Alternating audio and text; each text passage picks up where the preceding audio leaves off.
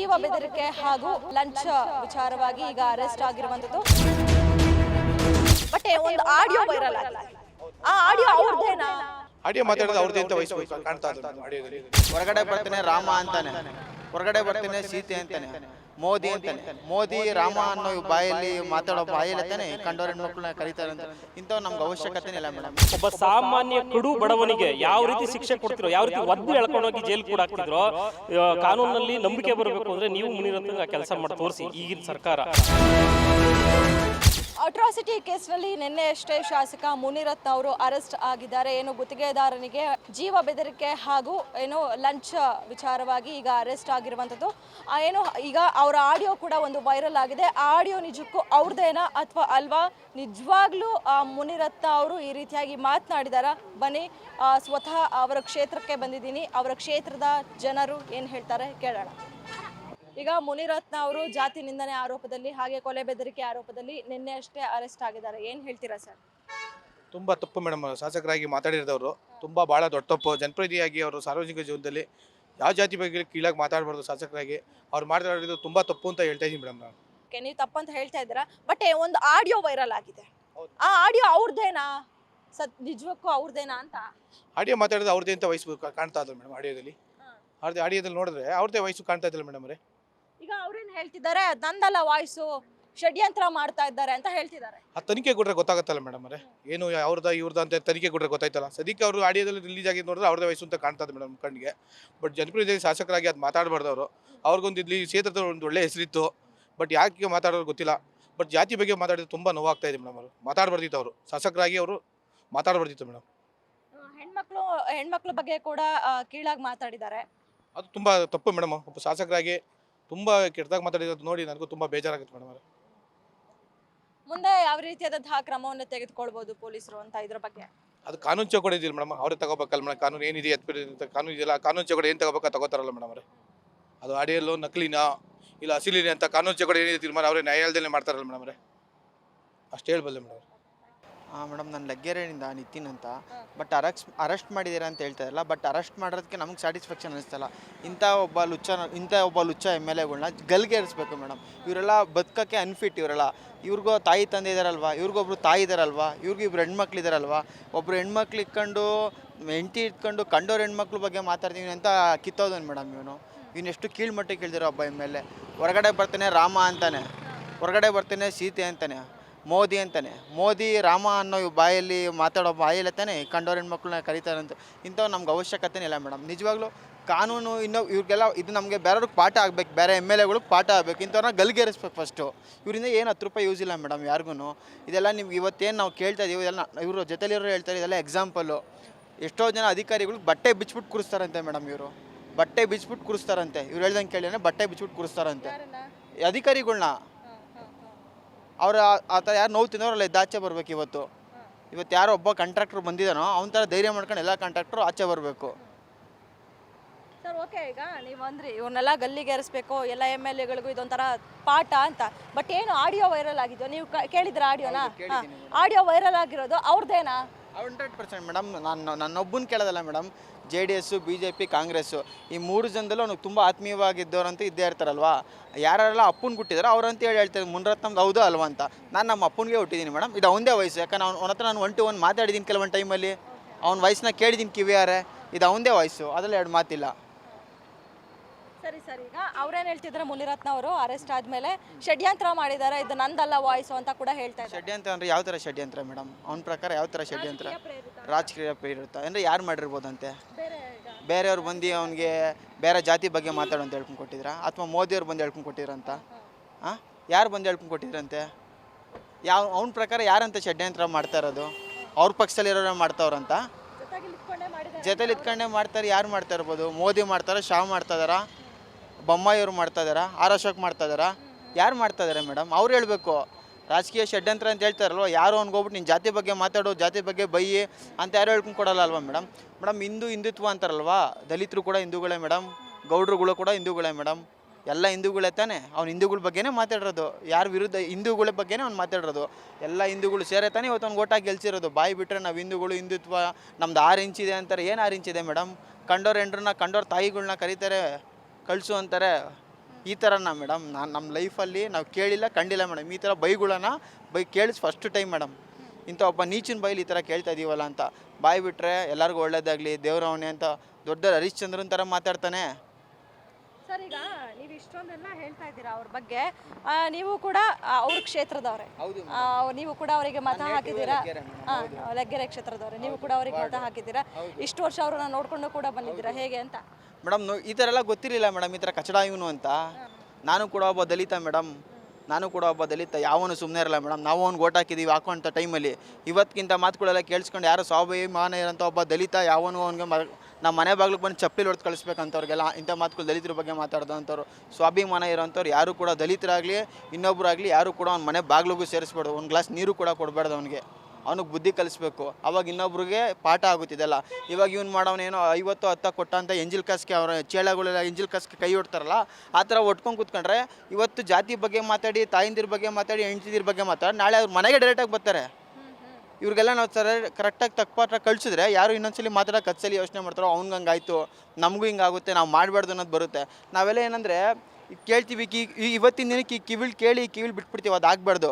Next ಮನೆ ಬಾಗ್ಲಿಗೆ ಬಂದಾಗ ಚಪ್ಪಲಿ ಹೊಡೆದು ಕಳಿಸ್ಬೇಕಿಂತವ್ರಿಗೆಲ್ಲ, ಅವಾಗ ಬುದ್ಧಿ ಬರ್ತವೆ. ಸರ್ ನಿನ್ನೆ ಅಟ್ರಾಸಿಟಿ ಕೇಸ್ನಲ್ಲಿ ಮುನಿರತ್ನ ಅವರು ಅರೆಸ್ಟ್ ಆಗಿದ್ದಾರೆ, ಏನು ಹೇಳ್ತೀರಾ? ಇದು ಒಬ್ಬ ಶಾಸಕ ಮಾಜಿ ಸಚಿವ ಅರೆಸ್ಟ್ ಆಗಿದೆ ಅನ್ನೋದಕ್ಕಿಂತ ಆತನು ಒಬ್ಬ ಸಾಮಾನ್ಯ ವ್ಯಕ್ತಿ. ಆ ಕ್ಷೇತ್ರದ ಮತದಾರರು ಓಟ್ ಹಾಕಿರೋದ್ರಿಂದನೇ ಆತ ಒಂದು ಬಾರಿ 2 ಬಾರಿ ಸಚಿವ ಆಗಿರೋದು ಮತ್ತು ಈಗ ಶಾಸಕ ಆಗಿರುವಂಥದ್ದು. ಶಾಸಕ ಆದವನು ಸಾರ್ವಜನಿಕ ಸೇವೆ ಮಾಡಬೇಕಾದಾಗ ಎಲ್ಲ ನವರಂಧ್ರಗಳನ್ನು ಸ್ವಲ್ಪ ಕಂಟ್ರೋಲಲ್ಲಿ ಇಟ್ಟುಕೊಂಡು ಅವರು ಸೇವೆಯನ್ನು ಮಾಡಬೇಕಾಗಿತ್ತು. ಗುತ್ತಿಗೆದಾರರು ಸಹ ಅಷ್ಟೇ ಕಷ್ಟಪಟ್ಟು ಅವರೊಂದು ಹಣವನ್ನು ವ್ಯಯಿಸಿರ್ತಾರೆ. ಇವ್ರಿಗೆ ಬರೀ ಒಂದು ಭ್ರಷ್ಟಾಚಾರದ ಲಂಚ ಕೊಟ್ಟಿಲ್ಲ ಅನ್ನೋ ವಿಚಾರದಲ್ಲಿ ಒಬ್ಬ ದಲಿತರನ್ನ ಅಲ್ಲಿ ಮಧ್ಯೆ ಎಳ್ಕೊಬಂದು ಬಾಯಿಗೆ ಬಂದಂಗೆ ಬೈದಿರುವಂಥದ್ದು.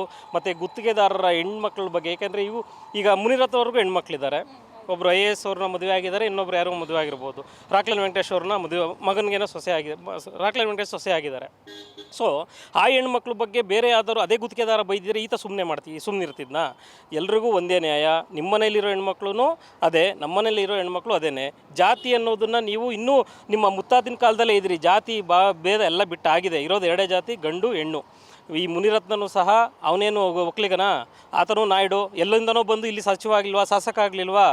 ಹಂಗಾಗಿ ಅವ್ರದ್ದೇ ಆದಂಥ ಪ್ರತಿಯೊಬ್ಬ ಹೆಣ್ಮಕ್ಳಿಗಾಗಲಿ, ಗುತ್ತಿಗೆದಾರಂಗಾಗಲಿ, ಅಧಿಕಾರಿಗಳಿಗಾಗಲಿ ಅವ್ರದ್ದೇ ಆದಂಥ ಘನತೆ ಗೌರವ ಇರ್ತದೆ. ಹಾಗಾಗಿ ದಯವಿಟ್ಟು ನಾನು ಹೇಳುವಂಥದ್ದು, ಈತ ಶಾಸಕ ಅನ್ನೋದನ್ನು ಬದಿಗೊತ್ತಿ ಒಬ್ಬ ಸಾಮಾನ್ಯ ಕಡು ಬಡವನಿಗೆ ಯಾವ ರೀತಿ ಶಿಕ್ಷೆ ಕೊಡ್ತಿರೋ, ಯಾವ ರೀತಿ ಒದ್ದು ಎಳ್ಕೊಂಡೋಗಿ ಜೈಲಿಗೆ ಕೂಡ ಹಾಕ್ತಿದ್ರೋ, ಕಾನೂನಲ್ಲಿ ನಂಬಿಕೆ ಬರಬೇಕು ಅಂದರೆ ನೀವು ಮುನಿರತ್ನಂಗೆ ಆ ಕೆಲಸ ಮಾಡಿ ತೋರಿಸಿ ಈಗಿನ ಸರ್ಕಾರ. ಇಲ್ಲಿ ಆಮೇಲೆ ಇನ್ನೊಂದು ಸರ್ಕಾರಗಳು ಒಂದು ಏನು ದ್ವೇಷದ ರಾಜಕಾರಣ ಮಾಡೋದು ಬಿಟ್ಬಿಡಿ ನೀವು. ನಮ್ಗೆ ಗೊತ್ತಿದೆ RR ನಗರದಲ್ಲಿ ಕಾಂಗ್ರೆಸ್ ಅವರು ಮತ್ತು BJP ಯಾವ ರೀತಿ ದ್ವೇಷದ ರಾಜಕಾರಣ ಮಾಡ್ತಿದ್ರಿ ಅಂತ. ಅದನ್ನು ಪಕ್ಕಕ್ಕಿಡಿ. ಇಲ್ಲಿ ಒಬ್ಬ ದಲಿತನಿಗೆ ಅವಮಾನ ಆಗಿದೆ, ಒಬ್ಬ ಒಕ್ಕಲಿಗ ಜನಾಂಗದ ಗುತ್ತಿಗೆದಾರನ ಹೆಣ್ಣುಮಕ್ಕಳನ್ನ ಬೀದಿಗೆ ತಂದಿದ್ದಾರೆ. ಹಾಗಾಗಿ ನೀವು ಯಾರಿಗೆ ಒಬ್ಬ ಕಟ್ಟಕಡೆಯ ಪ್ರಜೆಗೆ ಯಾವ ರೀತಿ ಒದ್ದು ಎಳ್ಕೊಂಡು ಹೋಗ್ತಿದ್ರಲ್ಲ, ಕತ್ತುಂಪಟ್ಟಿ ಹಿಡ್ಕೊಂಡು ಅಟ್ರಾಸಿಟಿ ಆದಾಗ, ಅಂಥ ಕೆಲಸ ನೀವು ಮಾಡೋಕ್ಕಾಗಿಲ್ಲ. ಇನ್ಮೇಲಾದ್ರೂ ಆತನಿಗೆ ಕಾನೂನಿನ ಕುಣಿಕೆಯನ್ನು ಬಿಗಿ ಮಾಡಿ, ಇನ್ನೊಬ್ಬ ಶಾಸಕ ಆಗಲಿ, ಸಚಿವ ಆಗಲಿ, CM ಆಗಲಿ, ಒಬ್ಬ ಸಾಮಾನ್ಯ ಒಬ್ಬ ಜನಗಳಿಗಾಗಲಿ ಅಥವಾ ಯಾವುದೋ ಒಬ್ಬ ಜಾತಿಯವ್ರಿಗಾಗಲಿ ಮಾತಾಡಬೇಕು ಅಂದಾಗ 100 ಬಾರಿ ಯೋಚನೆ ಮಾಡಬೇಕು. ಈಗ ನೀವು ಬೇಲ್ ಕೊಟ್ಟು ಹೊರಗಡೆ ಬಿಟ್ಟರೆ ಇವತ್ತು ಮುನಿರತ್ನ, ನಾಳೆ ಮತ್ತೆ ಇನ್ನೊಬ್ಬ ಆಗ್ತಾನೆ. ದಯವಿಟ್ಟು ಅದರ ಆಗಬಾರ್ದು ಅನ್ನೋ ಉದ್ದೇಶ. ಈಗ ಆಡಿಯೋ ರಿಲೀಸ್ ಆಗಿದೆಯಲ್ಲ ಸರ್, ಎಲ್ಲೆಡೆ ಈಗ ವೈರಲ್ ಆಗ್ತಾ ಇದೆ.